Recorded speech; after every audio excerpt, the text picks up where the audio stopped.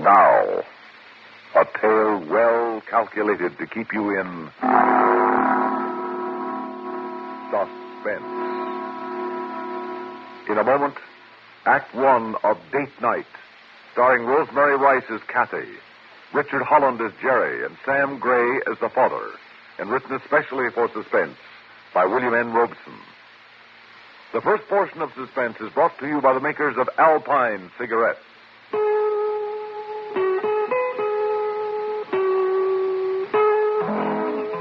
What's it like to smoke an Alpine? Well, it's like many pleasant things you know. It's like the sight of curtains blowing at an open window. It's like driving a car with the top down. Like the air at the lake at dawn.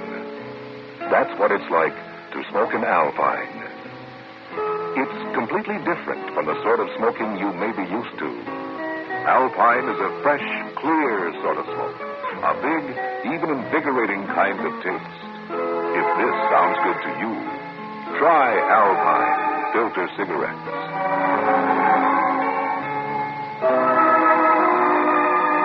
There's something more to smoking with an Alpine cigarette.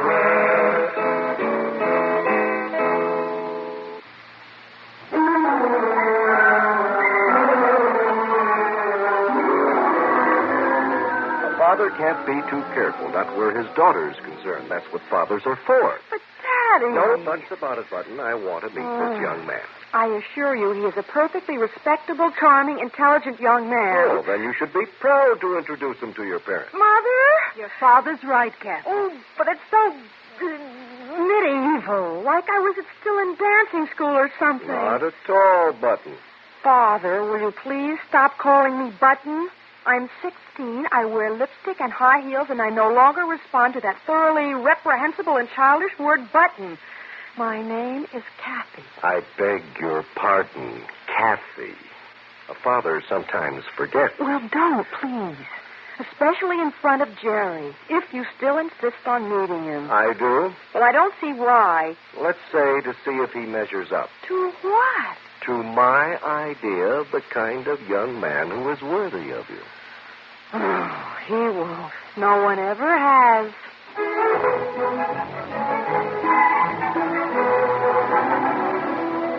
She was right, of course. No one ever has seemed worthy of her. And this Jerry was no exception. He was lanky and tall, and his scrubbed and freshly shaved face displayed 2 razor nicks and a lingering acne. The charm and intelligence with which my daughter endowed him escaped me. Nice weather we're having. Yes, sir. The weatherman says we're due for a change. Oh, we are? Yes. Well, Kathy shouldn't be very long. Yes, sir.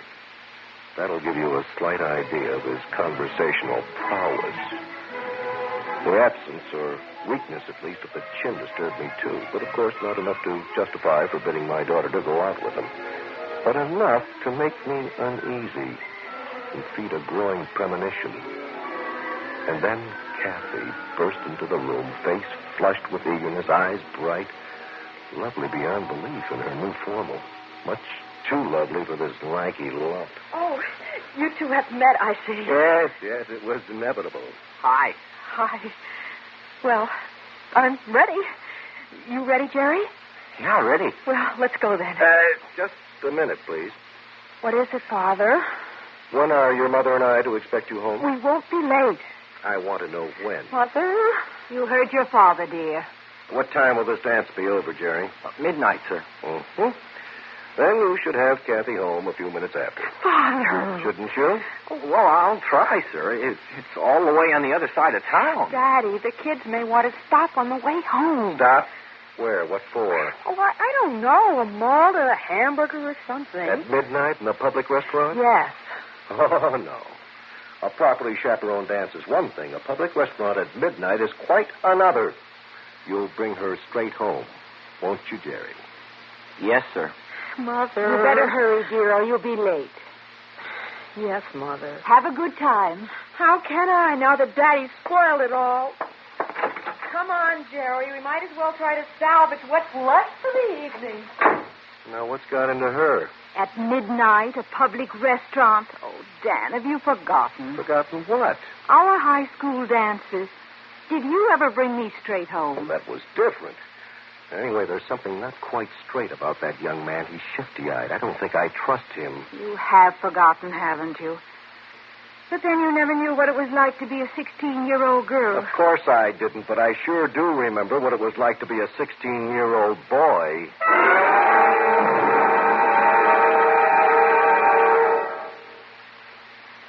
In a moment, the second act of Suspense.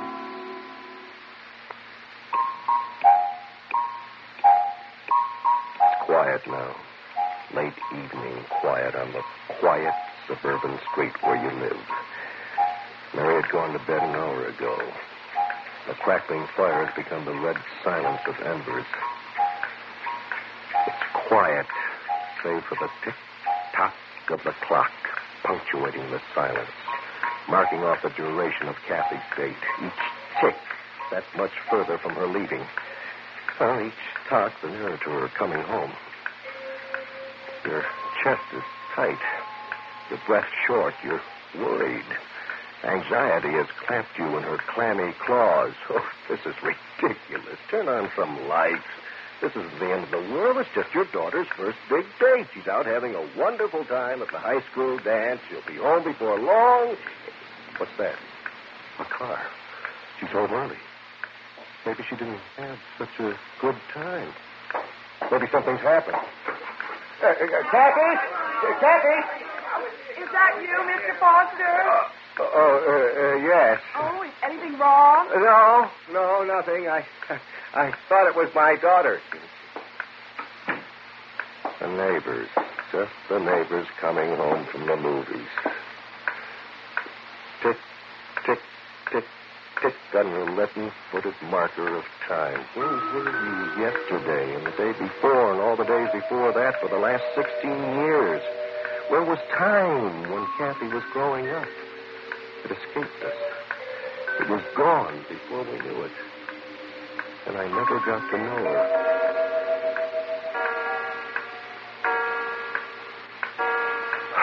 Midnight at last. The orchestra will be playing the last strains of Goodnight, Sweetheart. The boys will be lining up, pushing and jostling at the cloakroom for the girls' rap. The girls chattering like a tree full of birds, tired but not admitting it. Their makeup slightly askew now. Their hair is somewhat out of place. Damp where cheeks had touched. The party's over and it's time to go home. Hurry, hurry before the coach turns to a pumpkin and the white horses. Here I am, over here. Oh, yeah. Mustn't lose you, sugar, because you're the sweetest. Jerry, really? Oh, you know it, sweetie. Well, let's split up, huh? Yes, I guess we've got to, or my father will split. Oh, we're not going home yet, baby. Oh, but... You see, I know this place where they don't ask for any ID card or anything. Oh, Jerry. And we can get a drink. Jerry, Ah, you're not afraid, are you? No, but Daddy said that I have... heard him. But you're a big girl now, aren't you? Yes, Jerry. Well, then, it's time you started living your own life, isn't it? I guess so. And tonight's the best time I can think of to start, right? If you say so, Jerry. Crazy.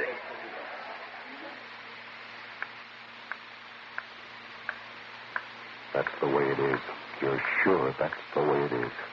You should have followed your instincts and forbidden Kathy to go out with this friend. You knew it from the moment he walked through the front door, shifty-eyed, evasive, a criminal face. And now he's beyond your reach. There's no way to stop him. Nothing to stop him but Kathy's sense of values.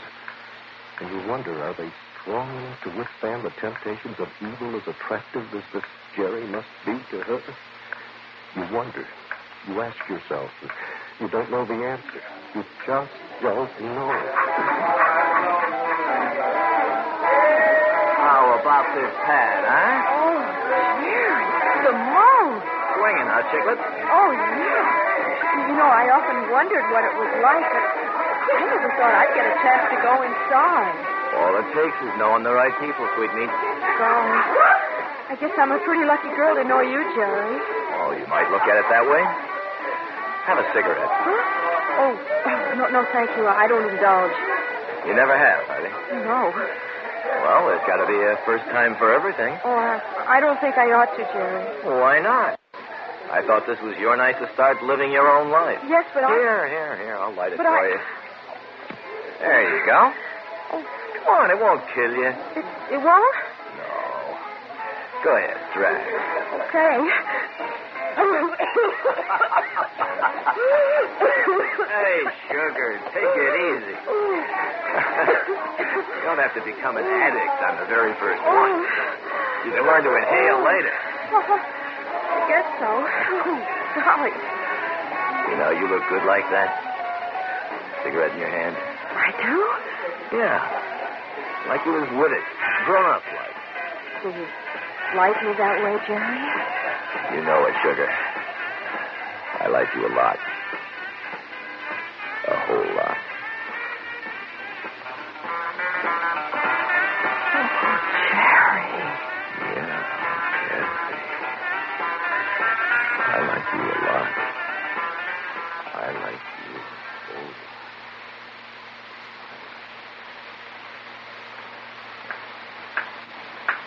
I've got to do something. I can't just sit here. I've got to find her before it's too late. The yellow book. It must have such places. I've got to stop her before she makes the greatest mistake of her life.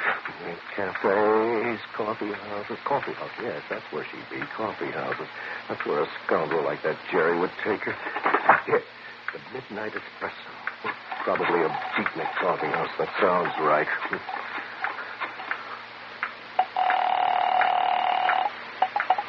Like, Hello?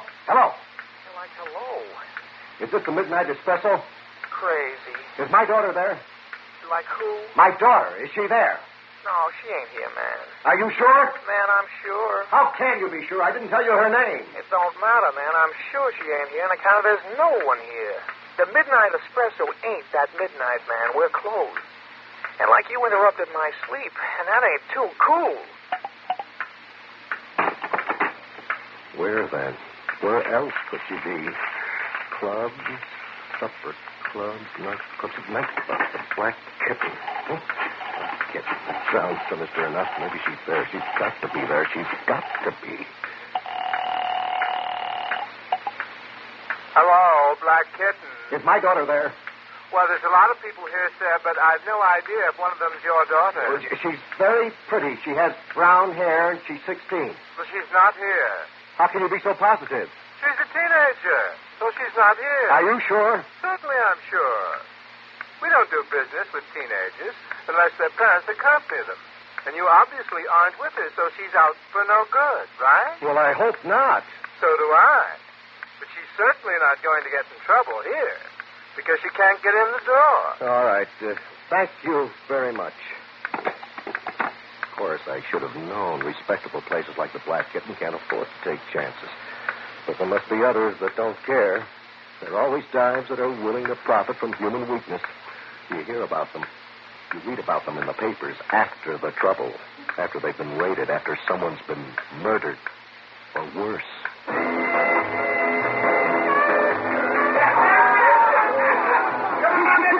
That's it, sugar. You got it fine. Keep turning those elbows back and forward. Okay. Shake those shoulders. All right. That's it, honey. Now twist, honey. Twist. Oh, Jerry.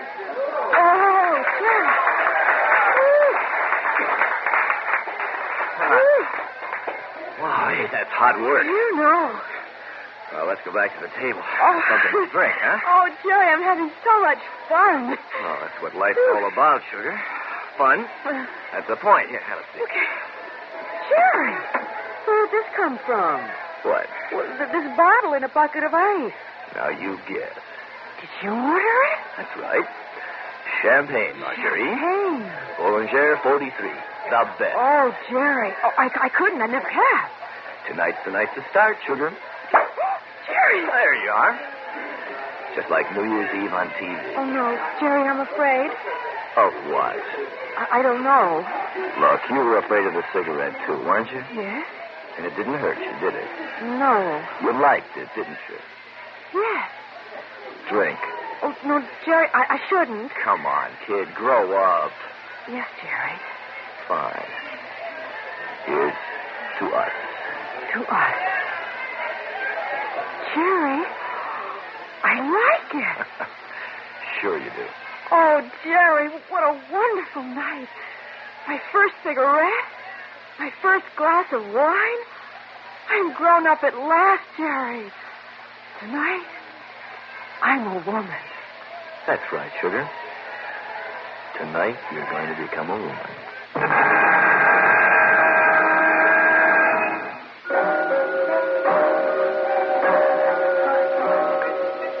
Turn back to the dark living room. It's pleasant and quiet in the dark. You lean back, close your eyes. You rest a while in the quiet dark. You wait quietly in the dark and rest. But there's no rest. The scene plays on to the next and the next. The story develops on the imaginary screens behind your eyelids.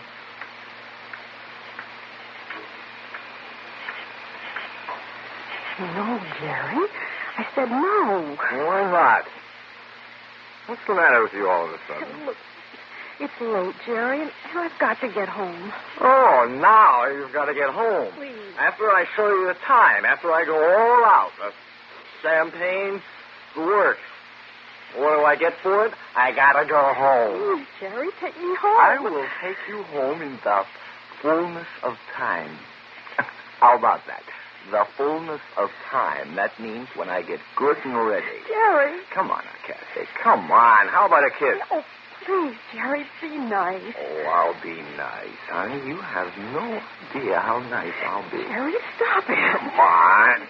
Tonight you're a woman, remember? I said stop it. You slapped me. I meant to. Now take me home. All right, Catherine. I'll take you home. I'll take you home like you've never been taken home before.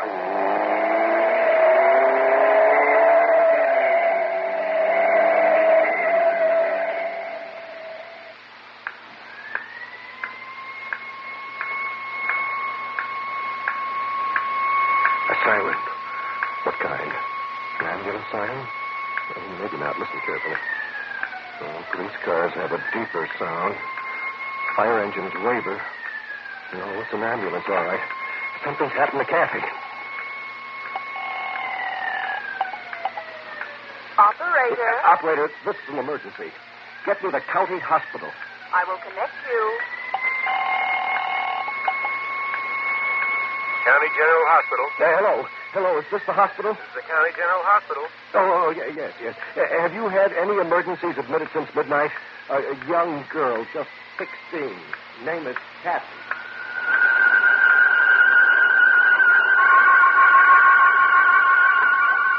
Central Police, Sergeant Shea speaking. Have you had any accidents reported in the last hour or so involving a young boy and girl? They were driving a...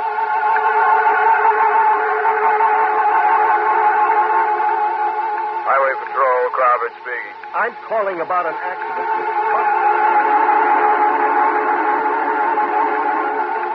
This is the city morgue.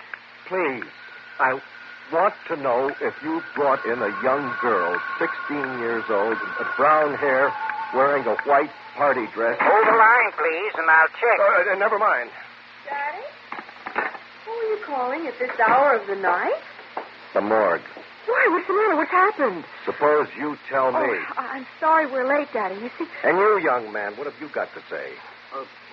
Well, sir, you see, it was like this. Excuses, alibis. I thought I told you to bring Kathy straight home after the dance. Yes, sir, you did. Well, then? What's all the shouting for? Oh, you're home, dear. Yes, Mother. Did you have a good time? We can save the social notes until later. I want to know where this young man has been with my daughter until dawn. It's only a little after 2, Daddy. It's quite a bit after the time you were due home. Young man, I ought to give you a sound thrashing. Oh, Dan, really? You stay out of this. You should be taught that you can't go around taking advantage of every young girl you meet. Daddy, what an awful thing to say. Let me smell your breath. Why? Do you mean to stand there and tell me you were not smoking tonight? Yes, Daddy, you know I don't smoke. And are you going to deny, young man, that you forced my daughter to drink champagne? Me? Daddy, what I'd like to know is what have you been drinking? You keep a civil tongue in your head when you speak to your father. Now, Dan, perhaps if you keep a quiet tongue in yours. What a thing to say to your father after the night you put me through. Sitting here getting more and more worried as it got later and later until I was sure something terrible had happened to you. Do you realize I've phoned every police station and hospital in 3 counties? And I was just starting on the morgues when you walked in. That's what you put me through tonight, my little lady. And then you say a thing like that to your father. I'm sorry, Daddy, but if you haven't been drinking, then your imagination's sure been working overtime. Dan, if you'll just simmer down, I'm sure Kathy and Jerry can explain everything. Very well, very well. I'm a reasonable man. I'll listen. But it better be good. Now, Jerry, would you care to explain? Well, yes. We started straight home right after the dance, like you said. Mm-hmm. And to save time, I took the shortcut through Mill Run. Well, right in the middle of that deserted stretch, I had a flat tire. Oh, what a shame. What a likely story. But it's the truth. Truth. And then I found I didn't have a jack in the car. So we had to walk. Both of you? Well, I couldn't leave Kathy alone while I went for help. Oh, we must have walked a couple of miles in the dark. Oh, it wasn't more than a mile. Anyway, Mother, it was real spooky. And was it? We finally found a service station that was open, and the man drove us back and changed the tire, and here we are. Well, I'm sorry we upset you so, but I got her home just as fast as I could. What about the smoking? Smoking? And the champagne? Champagne? Yes, and the necking in a parked car. Mother, you're imagining things. Oh, you say you were in a service station, hmm? They do have telephones, you know. Yes, Daddy, they do, and I tried to call you, didn't I, Jerry? That's right. And I suppose you're going to tell me the phone didn't answer. Oh, no, it was busy. I kept trying and trying, but it was always busy. Busy? Who would be using our phone in the middle of the night? You? Me. Yes, and if you hadn't tied up the phone calling up those hospitals and police stations and morgues, I'd have been able to get through and tell you I was all right. Oh. Why don't you come to bed now, dear? You've had such a trying evening. You must be exhausted.